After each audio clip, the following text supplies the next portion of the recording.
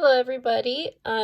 So on Monday I did the first part of Notes 9.3 two-way tables, and now that you guys have had some time to learn how to fill out a two-way table, I want to go ahead and do the second part, which is calculating relative frequency.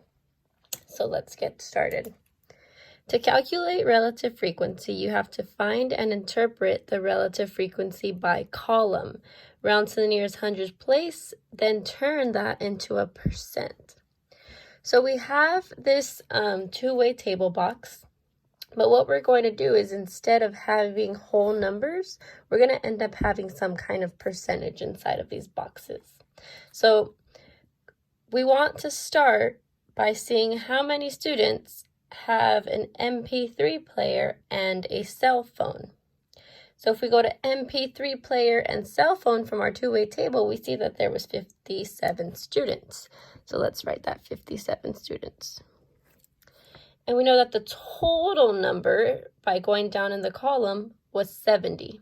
So what we want to do is 57 divided by 70. And once you plug that into a calculator, you're going to see that you're going to have 81%, or 0.81. So continuing this pattern, now let's see how many students have an MP3 player but no cell phone. All right, well, MP3 player but no cell phone. That is 13 students out of the total number of students, which is 70.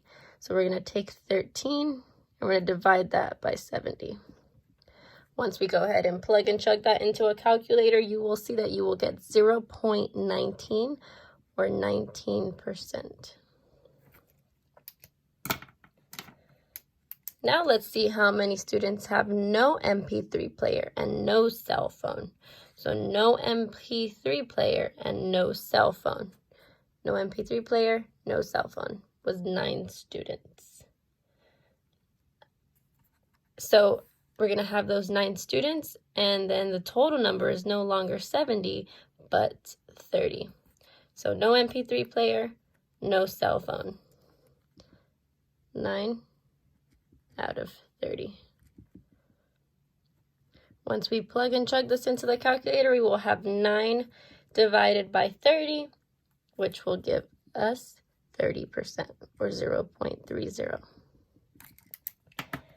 And lastly, let's look at how many students have no MP3 player but do have a cell phone. So no MP3 player but do have a cell phone is 21. And we're doing that out of the total number, which is 30. So 21 divided by 30. Once again, once we plug that into our calculator, we will see that that gives us 70%. Now, it is important to remember that when you are calculating relative frequency, that the total boxes are not included. So anything that has total in it, you can go ahead and cross it out, because the total amount of boxes does not pertain to relative frequency, only the data and the percentages that we are calculating. So let's go ahead and continue this problem. And it says, interpret the relative frequency. Use this sentence frame for when you divide by column total and use the box with the greatest percentage. The relative frequency of the data suggests, and then the most and majority of the column and the title, also the row and the title. So what we're going to do is find the most or the majority of the data in that column and in that row. So the example of the sentence frame is going to be the relative frequency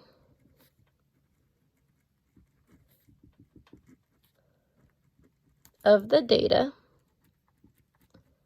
and I'm starting with my sentence frame, suggests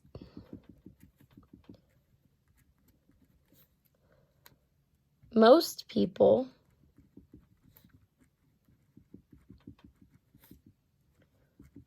who have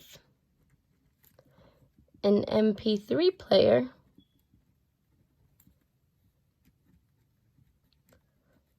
also have a cell phone. And we know that because our 81% is the biggest number out of all of our percentages. And that number came from students who have an MP3 player and who also have a cell phone. So when we look at the sentence frame, it's asking us for the greatest percentage. Well, our greatest percentage was 81%. And that 81% meant those students that have an MP3 player and also have a cell phone. So we use the sentence frame to insert our data into our sentence.